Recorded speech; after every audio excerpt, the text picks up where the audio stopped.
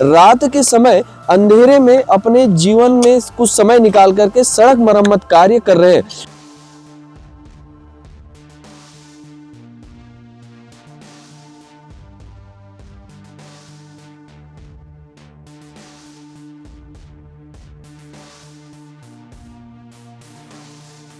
सरपंच से तो बोल रहे थे बरसात में एक दो ट्रिप जहाँ गड्ढा है वहाँ गिरा देते हैं, फिर कीचड़ होता है, फिर और कीचड़ हो जाता है उसमें, जैसा का वैसा हो जाता है। फिर मैं जब छुट्टी काट के आया, उससे पहले भी था गड्ढा, जब ये भी छुट्टी पे आया तो देखा तो बहुत गड्ढा हुआ था। फिर बाद में ये भी सुनने मिला कि हाँ आए दिन एक्सीडेंट होते रहता है। सर इसमें परेशानी होती है स्कूल जाने वाले बच्चे लोग को और हम लोग को भी होता है, बहुत गड्ढे होता है, पानी पड़ा रहता है। कोंडागांव जिले का ग्राम पंचायत सातगांव ये जिला मुख्यालय से महज 12 किलोमीटर की दूरी पर है, लेकिन इस 12 किलोमीटर की दूरी पर वर्षों से अधूरे सड़क की मांग ग्रामीणों को श्रमदान करने के लिए मजबूर कर दिया है।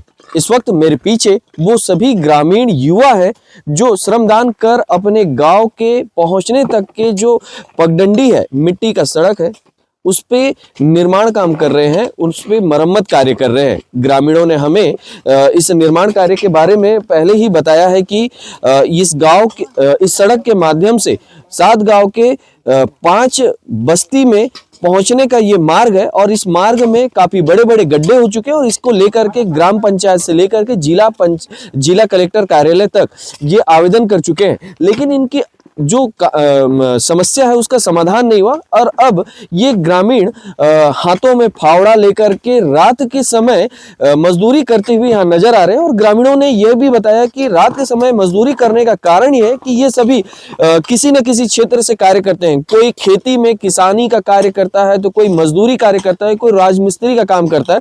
इस तरह से ये अपने जीवन यापन के लिए मजदूरी कार्य करते हैं और दिन में समय नहीं मिलने से रात के समय अंधेरे में अपने जीवन में कुछ समय निकाल करके सड़क मरम्मत कार्य कर रहे हैं। हम इन जो मजदूरी कार्य कर रहे हैं, श्रमदान कर रहे हैं, उनसे चर्चा करते हैं कि किस तरह से इस श्रमदान का विचार आया, क्यों ये श्रमदान रात के समय किया जा रहा है, कितने गांव को लाभ होगा और तमाम तरह की जानकारी लेने की कोशिश करते हैं इन्हीं युवकों से जो इस वक्त हाथ में फावड़ा और तगाड़ी लेकर के रात में सड़क मरम्मत का कार्य कर रहे हैं। जी, आपका नाम और परिचय? सर मेरा नाम मनोहर नेताम है। मनोहर जी, आप इस मोहल्ले के एक युवा हैं और आपके साथ में कई युवा जो है इस मोहल्ले के या गांव के 7 गांव के नजर आ रहे हैं।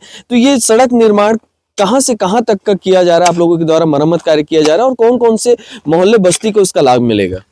सर ये 7 गाँव मुख्य रोड से पांडेपारा, इंस्पेक्टर पारा, नानी पदर पारा, पटेल पारा, सड़क पारा, ये सब बस्ती आते हैं इसी रोड। 5 मोहल्ले जो हैं वो इसके अंतर्गत आते हैं। तो इन 5 मोहल्ले में कितनी आबादी रहती है, कितने लोगों को इस सड़क से चलना होता है, दैनिक जीवन में इस्तेमाल होता है? करीबन सर इसमें तो डेली का रहता है 200-300 डेली आना जाना। मुख्य रोड है 7 गाँव के। और आबादी क्या होगी? आबादी 1400 के आसपास है। अच्छा, ऐसा क्या कारण हुआ जिस कारण से आप लोग इसमें मरम्मत कार्य कर रहे हैं? कि आप शासन प्रशासन ने आपकी सुनवाई नहीं की, कभी इसके लिए आप लोगों ने गुहार नहीं लगाई?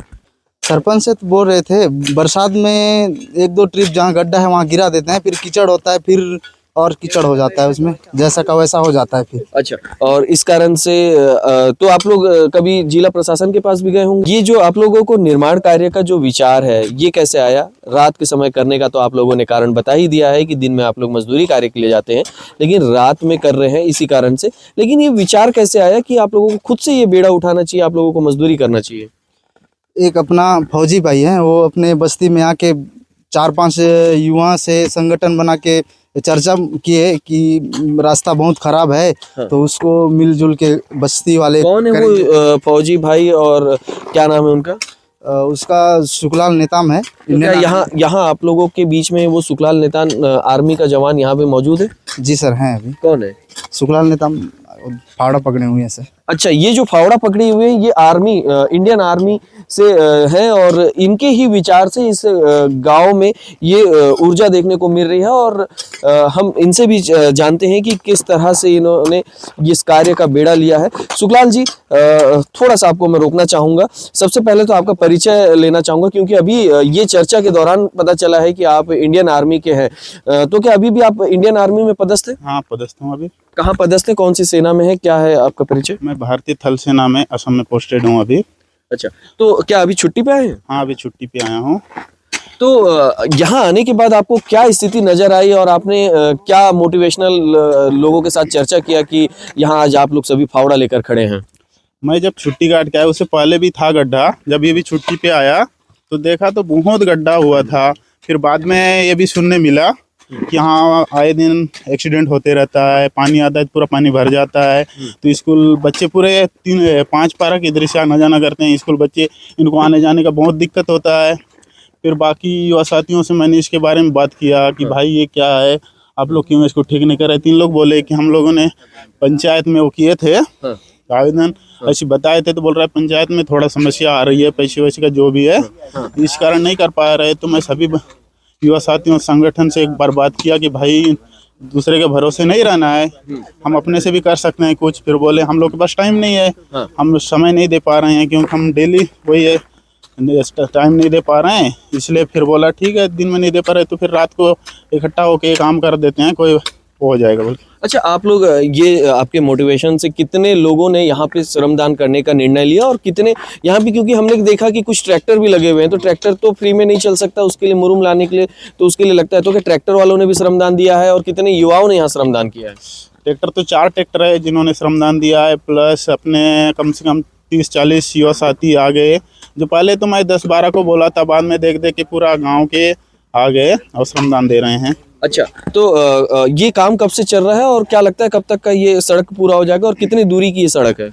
सड़क 1 से 1.5 किलोमीटर है, जो अपने 7 गाँव का मुख्य मार्ग है, जो कुंडा गांव से माकड़ी को जोड़ता है, उस मार्ग से अपने पारा में जाता है। इसलिए हमको 1 से 1.5 किलोमीटर के लिए जरूरत पड़ता है। इसमें बहुत गड्ढा हुआ था, इसलिए इसका तो ये कब तक मरम्मत कार्य ठीक हो जाएगा, क्या लगता है?